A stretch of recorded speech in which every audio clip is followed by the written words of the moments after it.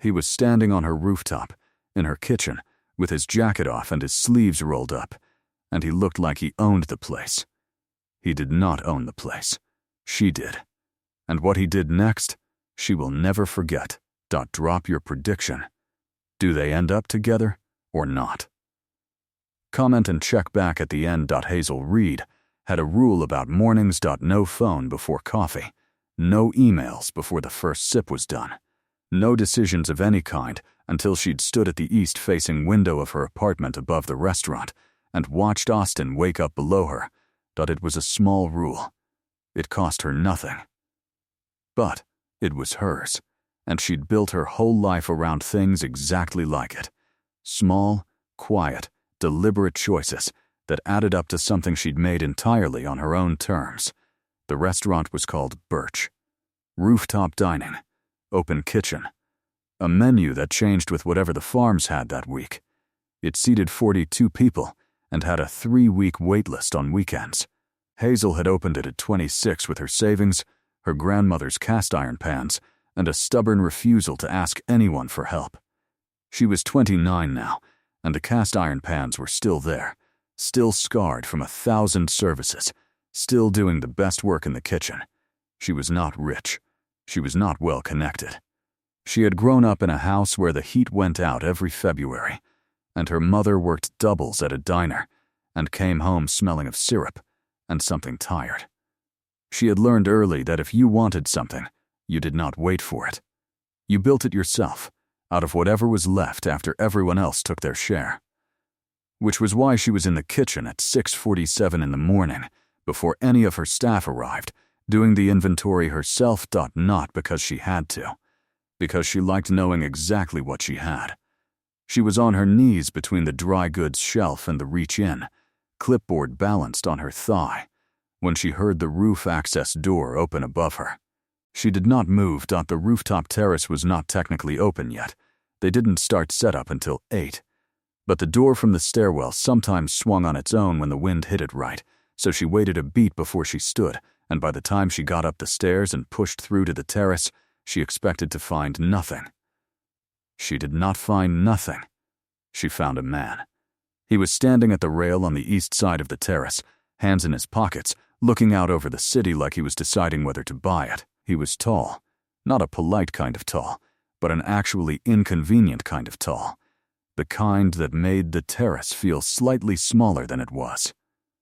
Dark hair, white shirt with the collar open.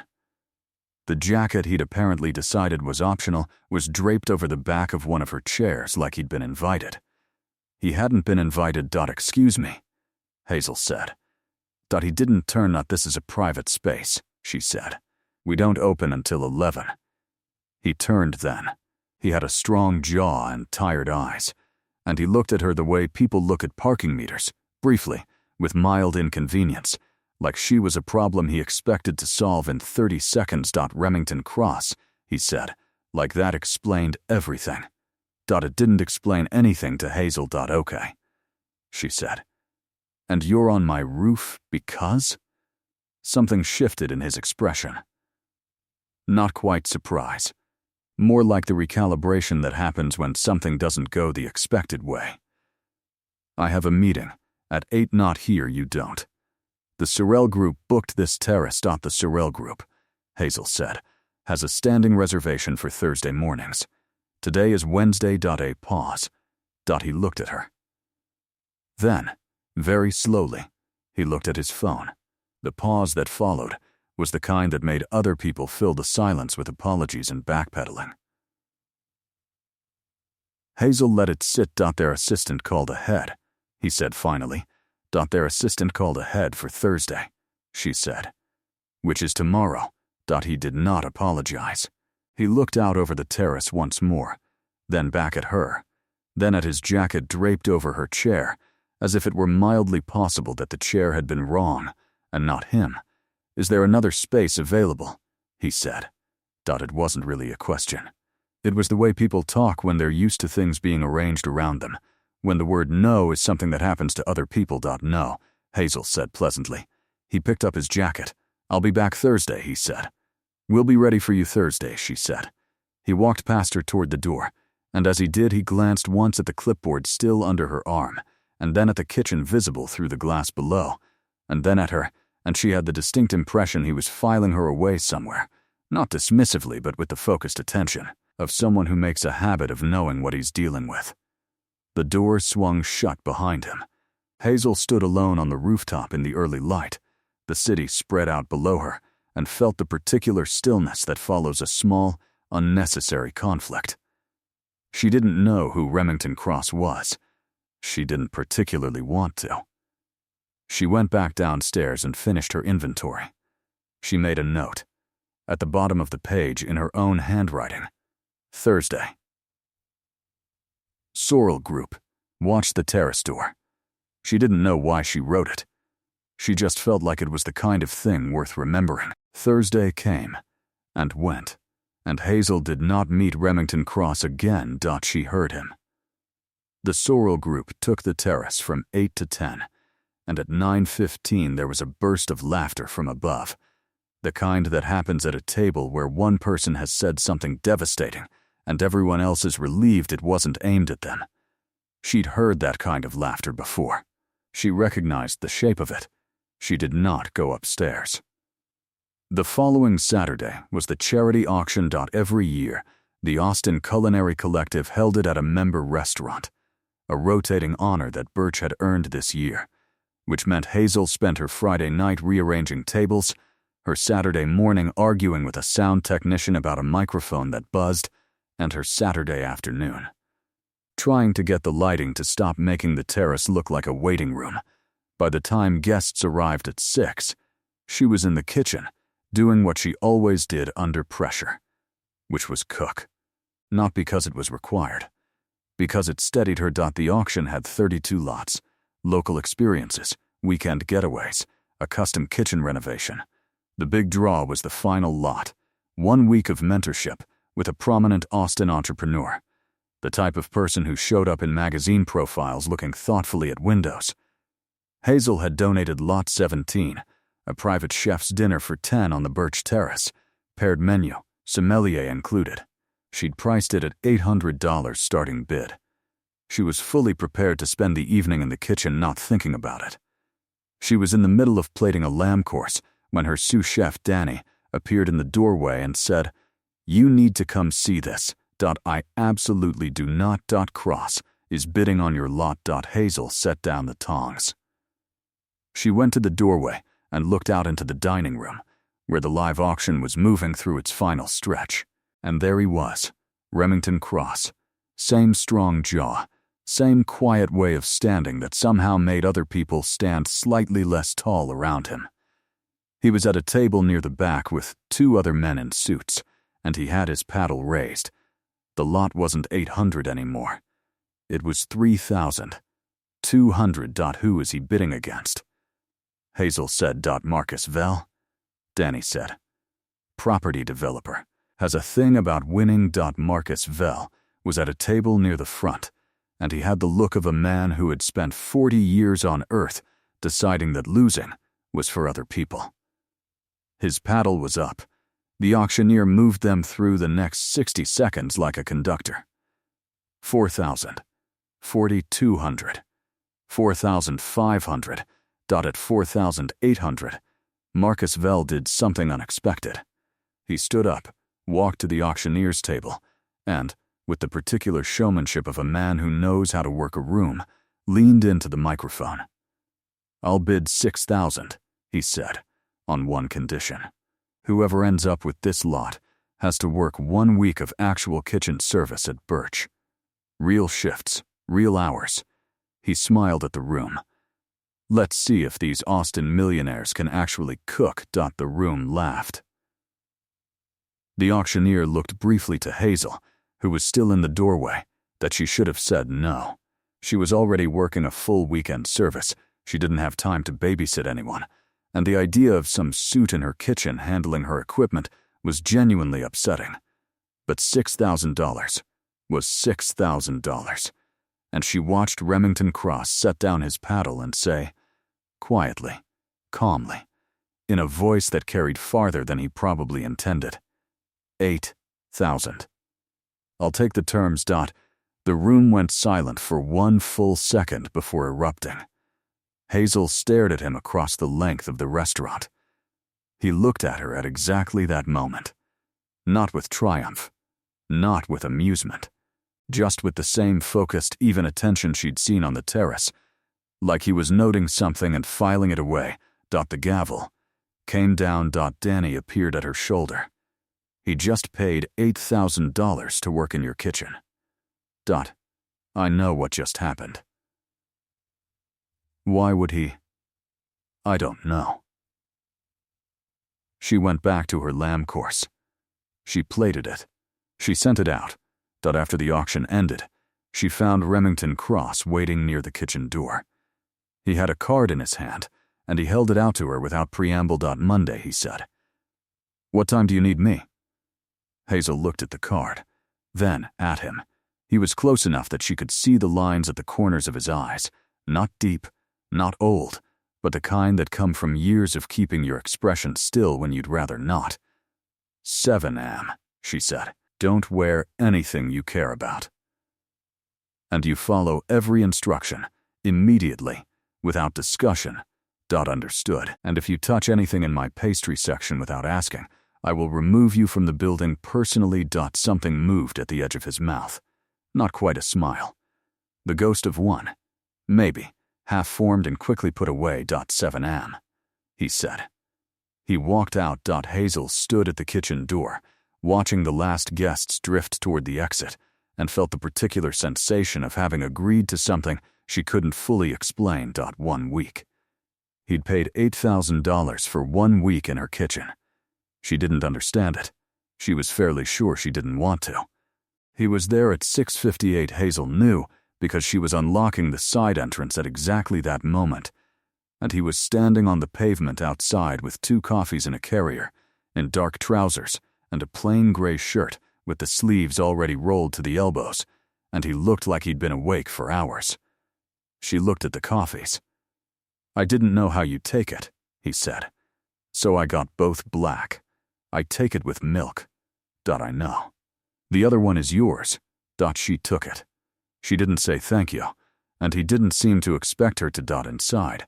The kitchen was quiet and cold and smelled of the cleaning product her night crew used on the floors. Hazel loved it at this hour. The particular emptiness before a day of service. The way it all felt like possibility before the noise started. She gave Remington Cross the same orientation she gave every new kitchen hired. The stations. The hierarchy. The communication style. Short, direct, no ego. Where the knives lived. What you did when you were behind on time.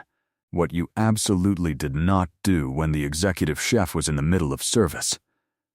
He listened without asking questions, which she found both impressive and slightly irritating, because it meant she couldn't catch him not paying attention. Can you cook? She asked. Enough to get by. That's not what I asked. He looked at her steadily. I can cook. I won't embarrass you. She put him on prep. It was where she put everyone on their first day, breaking down vegetables, portioning proteins, learning the pace of the kitchen before touching anything that mattered. Some people found it beneath them. She always noticed how they handled it.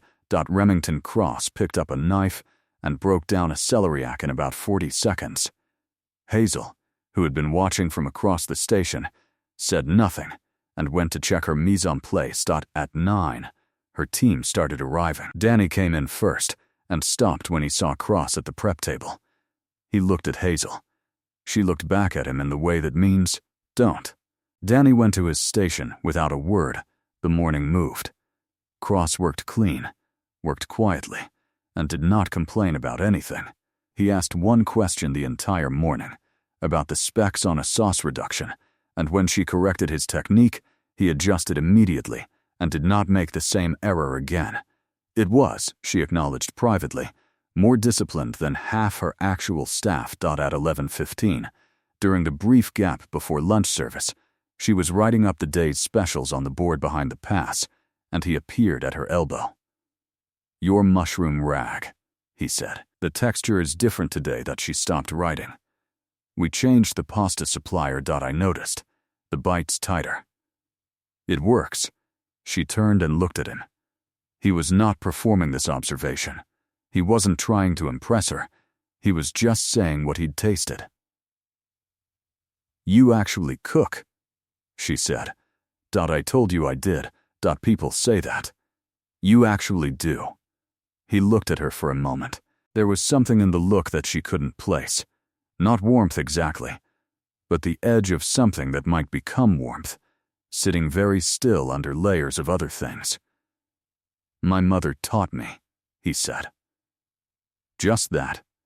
No elaboration. She didn't push it. She turned back to the board. "Lunch service starts in 15, she said. "You're on the pass with me. Hand food up when I call it, in the right sequence, and do not get between me and the window. Understood?" He stood at the pass for the whole 90 minutes of lunch.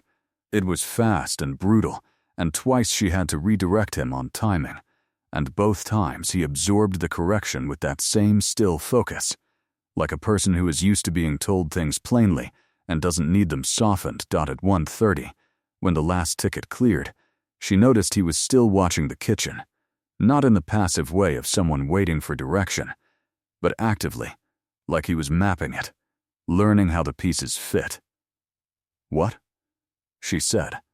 "You don't waste anything," he said. "Every movement." She looked at him sideways. "That's what efficiency means." "I know what efficiency means. I'm saying I've never seen anyone." He stopped. Started again. "Most kitchens I've been in, there's noise between the movements. You don't have noise." She didn't know what to do with that, so she handed him a towel and told him to wipe down the pass. He did. By the time the kitchen was cleaned and the afternoon prep was half done, something had settled between them that wasn't quite comfortable but wasn't quite hostile either. It was the quiet that exists between two people who are both too proud to be obvious about what they're noticing. She caught herself watching him twice. Once while he was portioning fish, focused and precise, the light from the pass falling across the side of his face.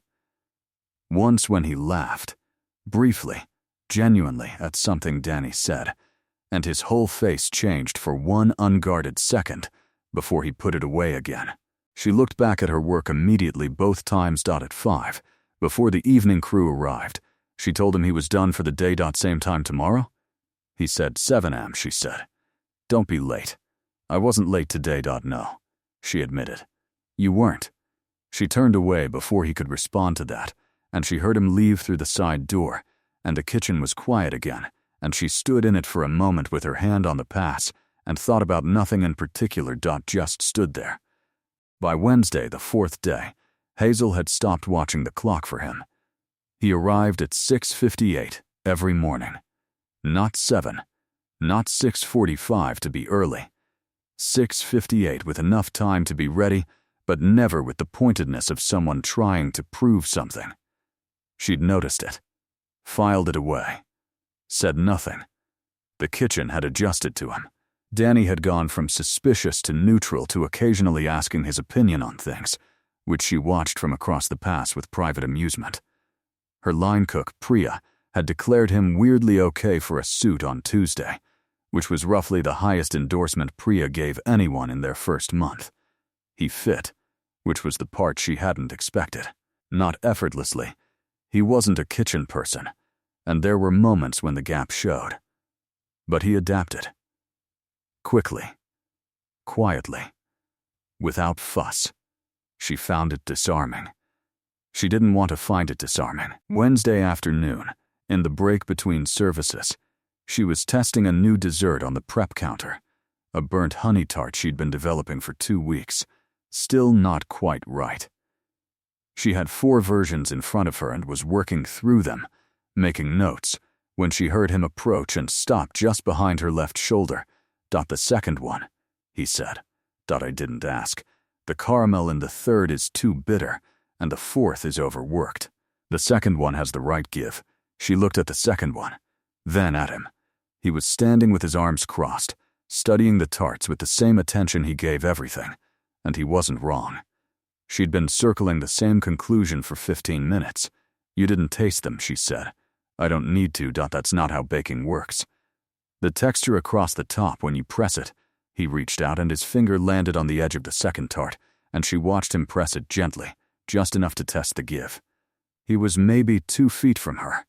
She could see a small scar along the back of his hand she hadn't noticed before. "See?" he said. "That's it." She looked at the tart. He was right. She did not tell him he was right. "Go clean the walk-in," she said. He went the moment he was gone. She ate a bite of tart number 2 and spent the next 30 seconds being annoyed that he'd gotten there first. Later that evening, the restaurant was at capacity and service was running fast. She was on the line and he was at the pass, and they'd developed a rhythm over 4 days that made communication faster. A look, a nod, a hand raised for timing. She didn't have to explain things twice. She didn't have to watch him the way she watched new people.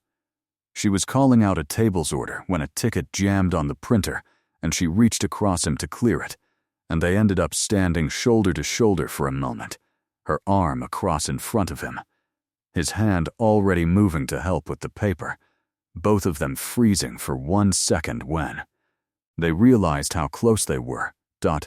She pulled back. "Got it," she said. "I was going to. I got it."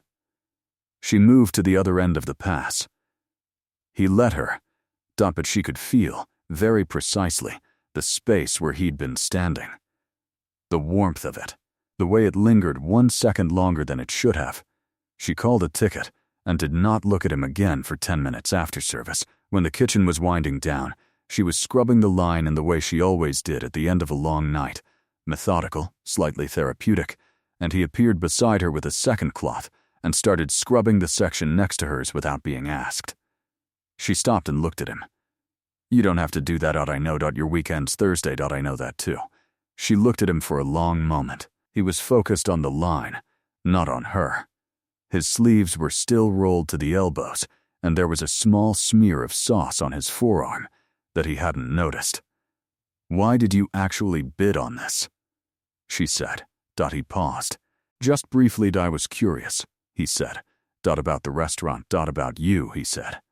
Evenly, factually, like it was a data point and not a confession. She opened her mouth. And at that exact moment, Danny walked back in from the alley with a delivery sign-off sheet and a story about the produce truck being in the wrong lane, and the moment was gone, and Remington Cross went back to scrubbing the line, and Hazel turned away and did the same, and she did not bring it back up. But she thought about it. She thought about it while she locked up, while she climbed the stairs to her apartment above the restaurant, while she stood at the window with the last of the coffee and watched Austin do what it did at midnight, which was shimmer and hum and pretend it didn't have a morning coming. Curious about you. She pressed her lips together. She was fiercely independent. She had been since she was 8 years old, and her mother had sat her down at the kitchen table and said very gently that depending on people was lovely in theory and hard in practice, and you'd be better off learning to depend on yourself first. She had taken that lesson and built a life out of it. She didn't need to be curious back. She went to bed. She was curious anyway. Hers day was his last day. She told herself it didn't matter. He'd fulfilled the terms of the auction. She'd gotten a competent extra pair of hands for a week and a significant charity donation, and everything could go back to normal. She was almost believing it when Marcus Vell walked in at noon. He wasn't booked. She checked, twice, with Priya, who confirmed there was no reservation under Vell for any day this week. He walked in anyway, the way men like him tend to walk into places, as if the details of reservations were charming formalities that applied to other people. He was good-looking in an obvious way, broad shoulders, an expensive watch, the kind of smile that had been trained for 30 years to close things. He sat at the terrace bar while the dining room finished lunch service, and he ordered the wine list, which was fine, and he kept looking toward the kitchen pass, which was not. Hazel noticed. She didn't stop moving. At 1:15, when the last lunch ticket was up and the kitchen was transitioning, she came through the pass to check the front of house, and Marcus Vell was still at the bar, and he stood up when he saw her. Hazel Reed, he said. Like he was announcing it. Mr. Vell, she said. We don't have you booked today. I came to see how my investment was holding up. He smiled. I started the bidding that got you $8,000. I figure that earns a conversation. Your investment was a bid you lost, she said. He laughed. It was the kind of laugh that was used to getting the last word. You're exactly what they said. Who's they? People who know the Austin restaurant scene. He tilted his head. I've been thinking about making some investments in independent dining. Birch would be at the top of that list. She felt the shift in her chest, the particular alertness that comes when something sounds like an offer but functions as a doorway. She'd heard this conversation before, in different voices, with different numbers. Someone with money noticing something you built and deciding it might be easier to buy into it than build their own. We're not looking for investors, she said. Everyone says that before they see the numbers. We've seen our numbers, she said. We wrote them ourselves. He smiled again, slower this time, more studied. Can I at least buy you a drink? Off the clock. I don't have an off clock, she said pleasantly. But thank you. She turned to go back to the kitchen and nearly walked directly into Remington Cross. He had come through the pass door behind her, holding a clipboard with the evening's prep list, and he had stopped a foot away, and was looking at Marcus Vell with an expression that she could only describe as the opposite of the ghost of a smile. His jaw was set. His eyes were still. He had the look of a man who has decided something and is currently deciding whether to say it. Cross, Vell said. He didn't look particularly surprised. Didn't know you were involved here. Terms of an auction, Remington said. His voice was completely even. What are you doing here, Marcus? Having a conversation. The reservation system apparently agrees with that. Remington looked at the clipboard in his hand, then back at Vell. Because you're not in it. Vell's smile held, but something behind it shifted. I was just telling Miss Reed I'm interested in investment opportunities. She told you she's not looking. Remington said it quietly, not aggressively, just clearly, the way you say a fact. Hazel had not told Remington this. She'd told Vell maybe 90 seconds ago, and Remington had been in the kitchen. She stared at him. Vell looked between them. His smile recalibrated into something sharper. I didn't realize this was a partnership conversation. It isn't, Remington said. Miss Reed runs this restaurant. I work here. She's told you no twice, which I believe covers it. He looked at Vell steadily. I'll have someone bring out the check for your wine. Vell looked at Hazel. She kept her expression neutral. Another time, he said, and picked up his jacket from the bar. He walked out. The terrace settled back into its usual quiet. One of the front-of-house staff moved discreetly toward the bar to clear the glass. Hazel stood very still. Then she turned to Remington Cross. I didn't need you to do that, she said. I know, I was handling it. You were, he said. And then I handled the exit. She looked at him for a long moment. His jaw was still slightly set. His eyes were on her face in a way that was focused and direct, and had nothing polished about it. It was just raw attention, held very carefully in check. Why does it bother you, she said, that he was talking to me? The question landed exactly where she meant it to. She watched him take it. He looked away for 1 second. Then, back. It bothered me, he said. Because he was looking at you the way he looks at things he wants to acquire. And you built this. He said it flatly, like an argument being made. You built all of this. It's not a portfolio position. She felt something shift behind her ribs. She kept her face still. That's not what I asked, she said quietly. I asked why it bothered you. He held her gaze. And then, for the first time, in 5 days, Remington Cross had no immediate answer. He stood there, clipboard at his side, and something moved across his face that he didn't put away fast enough, and she saw it. And she knew he knew she saw it. Tomorrow's my last day, he said finally. Today's your last day, she corrected. Something passed through his eyes. Gone in an instant. Right, he said. He went back through the pass. She stood on the terrace alone for one beat longer than necessary, and then she followed him. She didn't expect to see him again. He'd completed the week, left after Thursday service with a quiet nod and a handshake for Danny that lasted exactly as long as it needed to, and then he'd walked out the side door, and that had been that. She'd gone upstairs, eaten something standing at the counter, and told herself the particular stillness in the kitchen afterward was just a Thursday thing. By the following Tuesday, she'd almost convinced herself she hadn't thought about him more than 2 or 3 times a day. Then she got the call. It was her supplier, the wine distributor she'd been working with for 2 years, the one who gave her preferential pricing on small-batch Texas labels nobody else carried yet. His name was Greg, and he called her on a Tuesday morning with the energy of a man delivering news he'd been holding since the weekend that someone bought out my contract, he said. What? Full acquisition. My whole distribution list, my supplier agreements, everything. I don't own my routes anymore. A pause. The new company is Cross Holdings. Hazel set down her coffee. They're honoring existing terms, Greg said, for 30 days. After that, everything renegotiates under the new structure. I'm sorry, Hazel. I wanted to tell you myself. She thanked him. She hung up.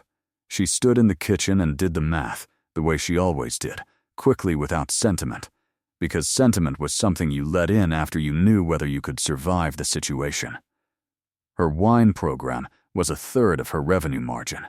The labels she carried were the reason half her regulars came back on weekdays. If Cross Holdings repriced the agreements, she could maintain the program or maintain her margins.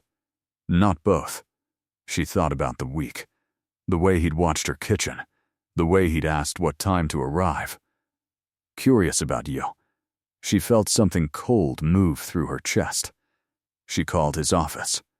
She did not have his direct number. She had the card he'd given her, which had a company line on it.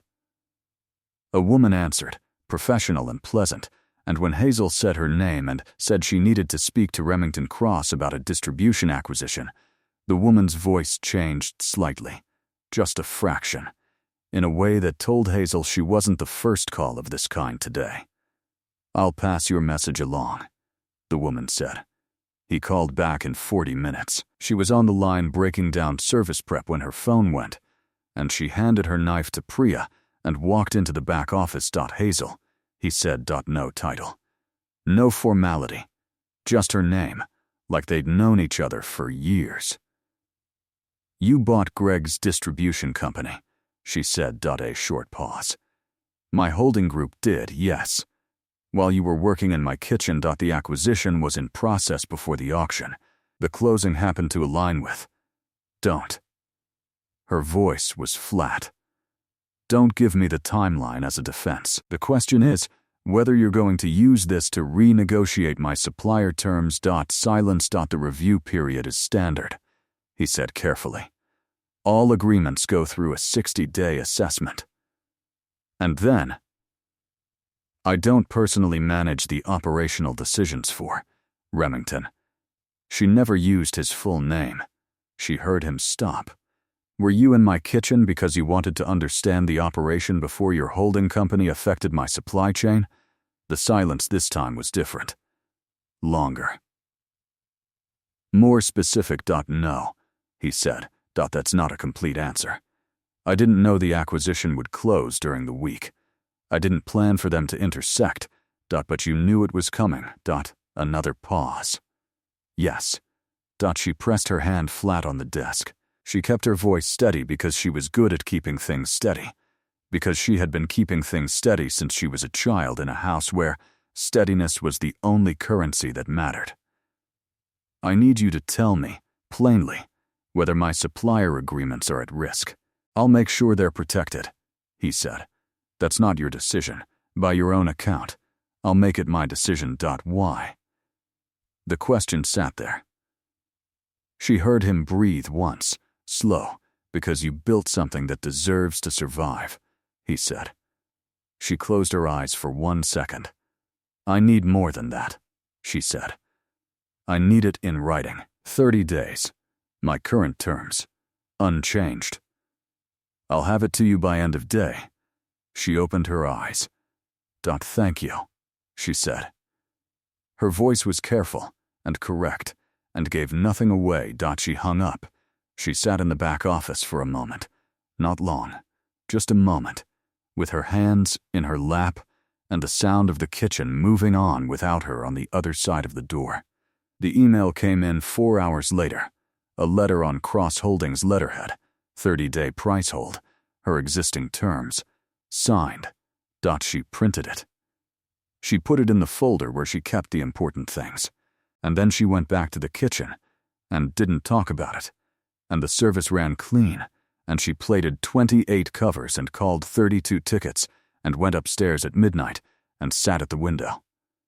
She thought about the way he'd said, because you built something that deserves to survive. She thought about I'll make it my decision. And she thought about how different those two things were from what she'd been afraid of.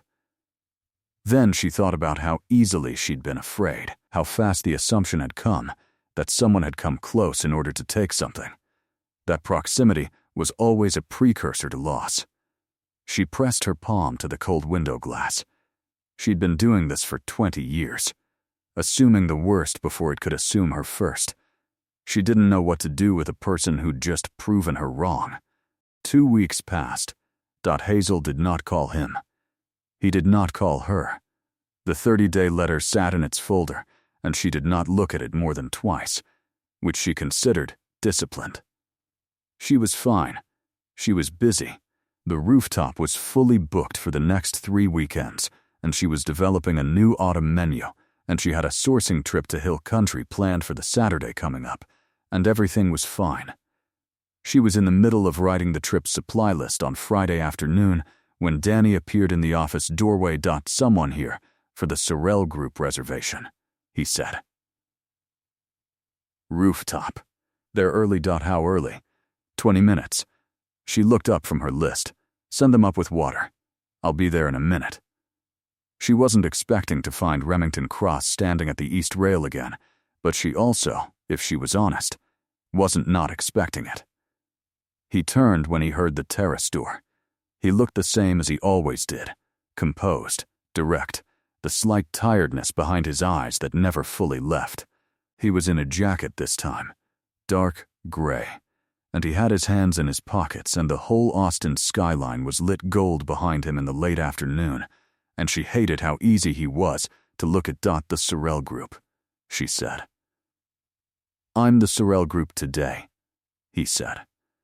I bought out the rest of the booking. A beat. I wanted to talk to you off email. That's a very elaborate way to get a conversation. Your front of house said you were busy this week. I am busy this week, I know. He looked at her evenly. I'll make it brief. She crossed her arms. Go ahead. He was quiet for a moment, choosing something. She'd learned to recognize that in him, the pause before he said something real, where he was deciding how much to give away. After my last relationship ended, he said, I decided I was done with anything that could be taken from me. Business you can insure. People you can't. He said it flatly, like he was reading a set of terms. She left publicly, took what she could, and made sure there was an audience. I've spent 4 years making sure I never gave anyone that kind of access again. She didn't move. I'm telling you this, he said, because I want you to understand that what I did was not deliberate. The acquisition timing, the week in your kitchen, those two things were not the same plan. But you did know, she said. Yes, and you didn't tell me. No. She nodded slowly. Why not? He looked at her for a moment. His expression was the most open she'd seen it, not unguarded exactly, but the guard was lowered enough that she could see the structure beneath it. The specific kind of careful that comes from having been genuinely hurt. Because I didn't know what I wanted yet, he said, and I didn't want to offer you something I wasn't sure I could follow through on. So instead you didn't offer anything, she said. You just watched. Yes. She looked at him. The gold light was shifting toward orange, and the city was starting its evening hum below them. Here's the problem, she said. I spent my whole life making sure I didn't need anyone. Not because I'm afraid of people. Because every time I let something matter, it cost me in a way I had to recover from alone. She kept her voice level. And then you showed up at 6:58 every morning and got every instruction right and said curious about you like it was a normal thing to say. And I noticed. She stopped. I noticed, and I thought, this could matter. And then the call came and I thought, there it is. The cost. He was very still. And there wasn't a cost, she said. You protected the agreement. So now I don't know what to do with the fear I had, because it turned out to be wrong, and I still have it. He took one step toward her. Just one. I know what that feels like, he said quietly. I know you do, she said. That's the problem, because it was easier when she thought he was something simple, a rich man with a week to spend, a transaction that went well. It was harder now that she knew the shape of what he was carrying, and it fit too neatly against the shape of what she was carrying, and she didn't trust that feeling. She didn't trust coincidence. She didn't trust easy. I think you should go, she said. Her voice was steady. I think we both need more space than a conversation on a Tuesday can fix. He looked at her for a long moment. Okay, he said.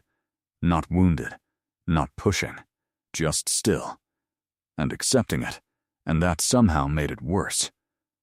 He picked up his jacket from the back of the chair. He walked to the terrace door. Hazel, he said, with his hand on the door. She looked at him. The thing I was afraid of, he said, wasn't that it would cost me. It was that I was going to want it anyway, and I was going to be right to want it, and I was still going to wreck it. A pause. I didn't want to wreck it. He went inside. She heard the door close.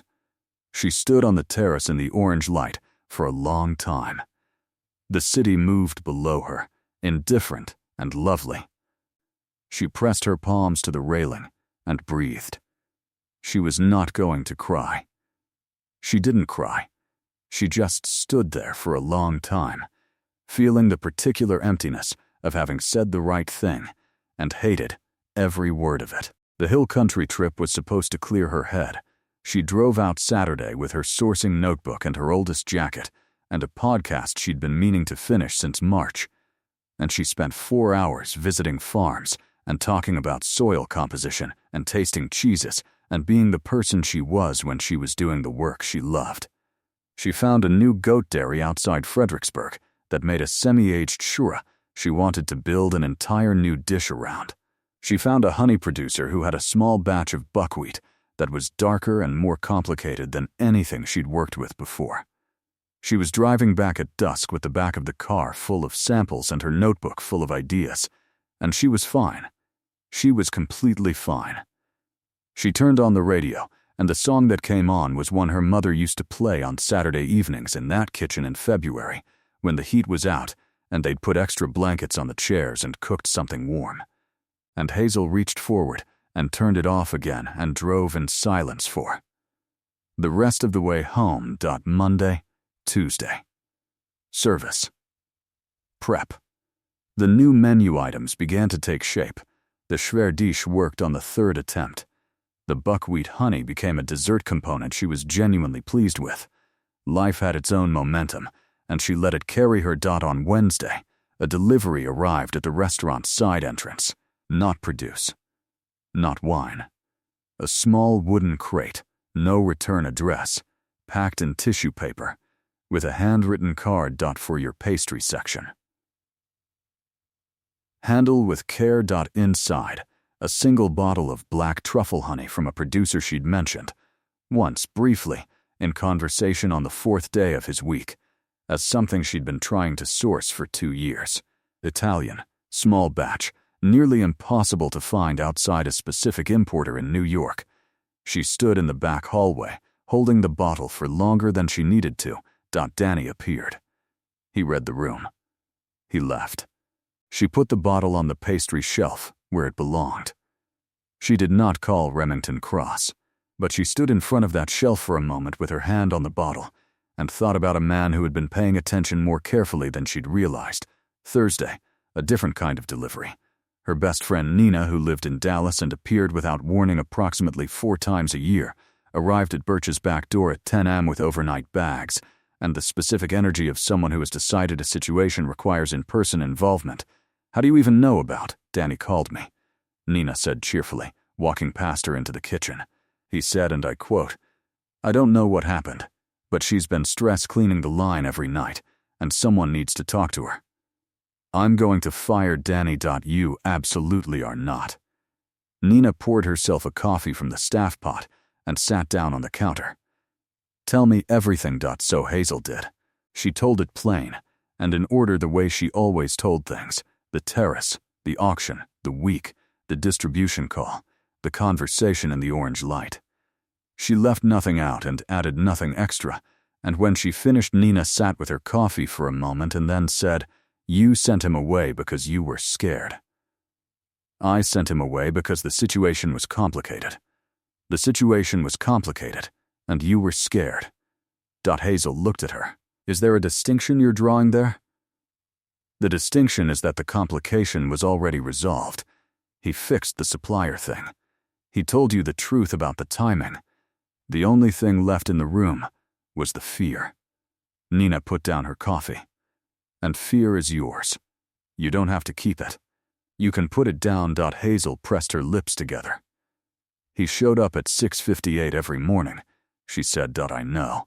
He bought Impossible honey. I know that too." He said. She stopped. Breathed. He said he was afraid he'd want it, and be right to want it, and still wreck it. He said that before he left. Nina looked at her for a long moment. "Hazel," she said softly, "that man is not the person you've been afraid of your whole life. He's the same person you are, from the other side." She looked at the pastry shelf. The honey bottle caught the light. That was when the second thing arrived. Not a delivery this time, but a phone call from her accountant, Marcus, who was not Nina's Marcus, who called to let her know that an anonymous third party had quietly settled a long-standing dispute with her former landlord that had kept her from expanding into the adjacent unit for 2 years. The dispute had been there so long, she'd stopped thinking about it as something that could be solved. It was settled now. Clean. No fuss. No explanation. She stood in the back hallway with her phone in her hand. "Someone's been protecting you," Nina said from the kitchen door. "I know who it was," Hazel said. And she did. She knew in the way you know things you've been trying not to know, the way the pieces line up and make a shape you've been looking at sideways for weeks. He had done it before she asked. Before she could ask. Without anyone knowing, she looked at her phone. She looked at Nina. Go, Nina said. She did not go. Not that night. Not because she wasn't ready, exactly, but because she'd spent 29 years making decisions from a place of steadiness, and she didn't want this one to be the exception. She wanted to be sure she was moving towards something, and not just away from the fear. She cooked. She did a full evening service, and she cooked better than she had in 2 weeks. Focused, present, precise, and afterwards, she sat in the kitchen with the lights down and ate the burned edges of the honey dessert, and thought. She thought about what it would mean to need someone. Not in theory. In practice, the specific weight of it, letting another person's presence in your life become a thing you noticed when it was gone. She'd spent so long making sure she didn't have that kind of exposure that she'd almost missed recognizing it when it arrived anyway. Not as a weakness, as a fact. She missed him. That was the fact. She missed 6:58. She missed the way he tasted things carefully before giving an opinion. She missed the scar on the back of his hand and the ghost of the smile he almost had and the specific way he said her name when he was about to say something true. She missed him, and that was terrifying, and she was going to do it anyway. Meanwhile, across the city, Remington Cross was having his own version of a difficult Thursday. His COO Daniel, not her Danny, a different one, A man who had worked with him for 6 years and had therefore earned the right to be direct had come into his office at 8 p.m. When Remington was still at his desk with a spread of acquisition documents, he was not actually reading. The Birch situation, Daniel said. It's handled, Remington said. Terms are protected. That's not the situation I mean. Remington looked up. Daniel sat across from him without being invited, which was itself a statement. You paid $8,000 to work in a kitchen. You sourced impossible honey from a New York importer. You quietly resolved a legal dispute connected to her expansion. He paused. You have not slept properly in 2 weeks, and you spent 20 minutes this afternoon looking at a photograph of the Austin skyline, which I know because I walked past your office twice. Your point, Remington said. My point, Daniel said, is that you are doing the thing you do when you care about something, which is to try to take care of it at a distance, without requiring it to know you're doing it, so that if it doesn't work out you never technically tried, and therefore never technically failed. He looked at him evenly. You've been doing it your whole life. I've watched you do it with your family, your partners, this company, and each time it works until the moment the other person stops waiting. Remington said nothing. She's not going to wait forever, Daniel said. Not a woman who built a restaurant at 26 with no safety net. That kind of person knows how to move on. The room was quiet. She sent me away, Remington said. His voice was flat. He wasn't asking for sympathy. He was stating the obstacle. You let her, Daniel said. You had something real to say, and you said half of it, and then you picked up your jacket. He stood. Say the rest of it.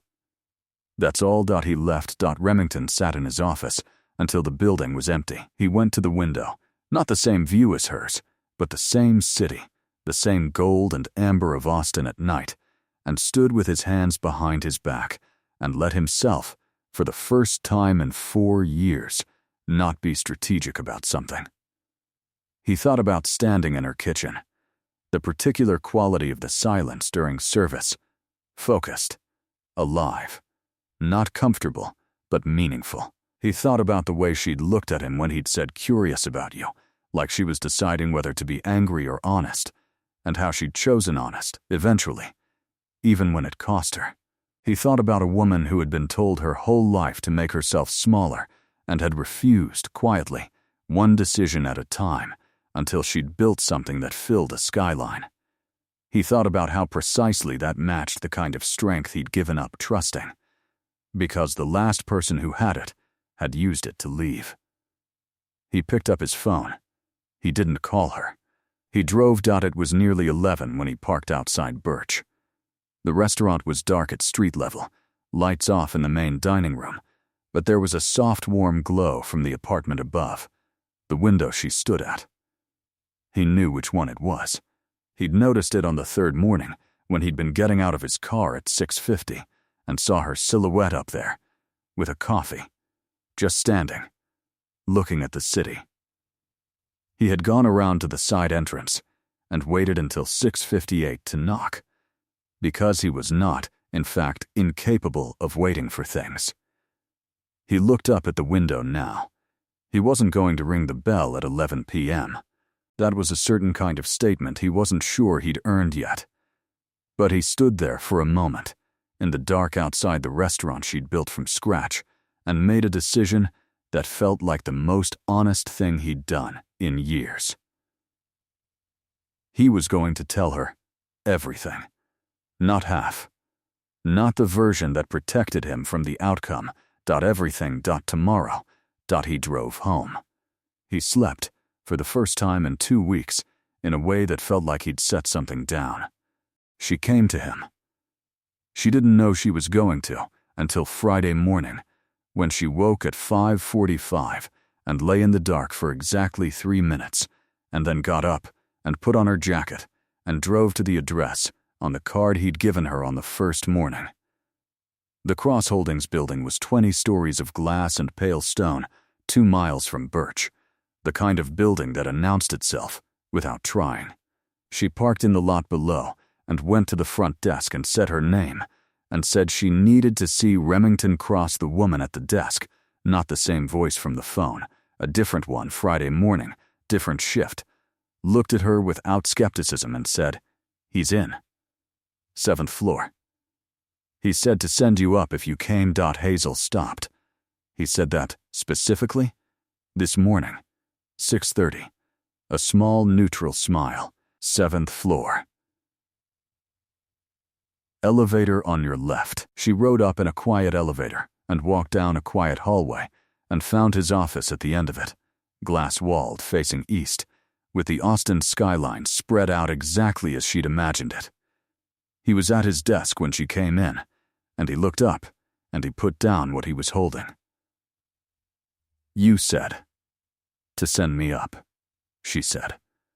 "I was going to come to you this morning," he said. "I thought you might come first." He stood. "I wasn't sure which one of us would move first." She looked at him across the desk. He looked back. "I'm going to say something," she said, "and I need you to let me finish it. Okay. I've been taking care of myself since I was 8. I'm good at it. I'm not going to stop being good at it." She crossed her arms, not defensively, more like she was holding herself to the words. "But I've been so good at it that I turned it into a reason not to let anything in. Not a person. Not the fear that comes with a person. Not any of it." She stopped. "And then you showed up on my roof on the wrong day, and you came back on the right day, and you got everything right, and I noticed you." He was very still. "I don't know how to do this carefully," she said. "I've never done it carefully. I've either kept people out or I've gotten hurt. There hasn't been a middle." She looked at him. "But I think there might be a middle. With you." He came around the desk. Not fast. He moved the way he moved in her kitchen, with precision, without wasted motion, covering the distance between them in a few steady steps until he was standing in front of her and she had to look up at him because he was inconveniently tall and always would be. He reached out. His hand came to her shoulder, not to pull her anywhere, just to rest there, warm and still. The other hand came up, and he caught her arm where it was crossed over her chest, and very gently, without forcing anything, he unfolded it. She let him. He caught her mid-tilt when she took half a step toward him. She was always doing that, leaning before she meant to, her body deciding things before her brain caught up, and his arm came around her back and held on. And he held on a moment longer than was strictly necessary. She felt it, the specific warmth of it, the solidity, and she thought, there it is. The thing she'd been afraid of. The moment you stop being self-contained. The moment you let something hold you. It didn't feel like falling. It felt like something she'd been carrying a long time getting set down somewhere safe. "I settled the dispute," he said into the top of her head. "I know you did. I should have told you." At the time. "Yes," she agreed. "I'll tell you things from now on," he said. "Even when they're complicated. Even when I'm not sure what I want yet." "That's all I needed," she said. "Just tell me." He pulled back enough to look at her, and what was on his face was nothing like the ghost of the smile she'd been cataloging for weeks. It was the real one, open, unreserved, slightly wrecked at the edges, the expression of a man who has been holding something closed for 4 years and is putting it down for the first time. She reached up and put her hand against his jaw, the way you do when you want to be sure someone is real. He turned his face into her hand, just slightly, the way you do when you've forgotten what it feels like to be touched by someone who means it. She pulled him down and kissed him. It was not tentative. It was not a question. It was the kind of kiss that happens between two people who have been having a conversation for weeks and are finally finishing it. Direct, warm, entirely present. His arm tightened around her, and her hand moved to the back of his neck, and neither of them pulled away first. The Austin skyline held its position outside the glass wall. The city moved on below them, indifferent and lovely, doing what cities do. When they stopped, they stood close, and he said, quietly, "I was there at 6:50 every morning." She laughed. A real one, surprised out of her. I know. I saw you from the window. He looked at her. You knew and you made me wait until 6:58. You needed to earn the 6:58 point, did I? She looked up at him. Yes, she said. You did. Marcus Vell, meanwhile, received a call that afternoon from 2 of the 3 investment groups he'd been courting in the Austin dining scene, letting him know they were no longer available. He would spend the next several weeks not quite understanding why, and never trace it back to the right phone call. Some things work out correctly. 3 weeks later, he was on the roof at 6:58, not working. Not with a reservation. Just there, at the east railing, hands in his pockets, looking out at the city the way he'd been looking at it the first morning she found him there, except that this time when she came through the door with 2 coffees, he turned and smiled at her before she said a word. She handed him the one with milk. I figured out your coffee order, he said. It's been weeks. I was being thorough. She stood beside him at the rail and they looked at the city together, Austin doing its particular morning thing, the light still blue at the edges, the buildings waking up in pieces, the street below just beginning to fill. I want to expand, she said, into the adjacent unit. I know. The dispute is settled. The lease terms are good. I've been planning it for 2 years. She paused. I want to do it myself. I want to build it the way I built this. Okay, he said. I'm not asking for help. I know you're not. He looked at her sideways. You're telling me about something you're doing. That's different. She looked at him. Is it? Yes, he said. That's just talking to someone. You're allowed to talk to me. She pressed her lips together. She was still learning that. The distinction between needing someone and simply letting them exist alongside you, letting them know things, letting them be present for the shape of your life without requiring them to carry it. Her mother had taught her to carry things alone. It was a good lesson. The right lesson for the life they'd had. But she was 29, and she had a restaurant, and warm coffee, and a man standing at her railing who'd shown up at 6:50 every morning, even when he thought she wasn't watching. And she was starting to think the lesson had an addendum her mother hadn't gotten to yet. You carry it yourself, and then, if you want, you tell someone you're carrying it. The expansion opens a lot, she said. Private dining. Events. A test kitchen. What are you going to call it? She looked out at the city. I haven't decided yet. He was quiet for a moment. Birch started as a tree. Yes. Trees branch. She looked at him. He was looking at the skyline, not at her, in that way he had of saying real things while appearing to be thinking about something else that's annoyingly good. She said. I know. She laughed. He smiled, the real one, the open one, and she had never quite gotten used to it, the way his face changed, how much was underneath when he stopped holding it still. She turned to face him. He turned to face her. Can I ask you something?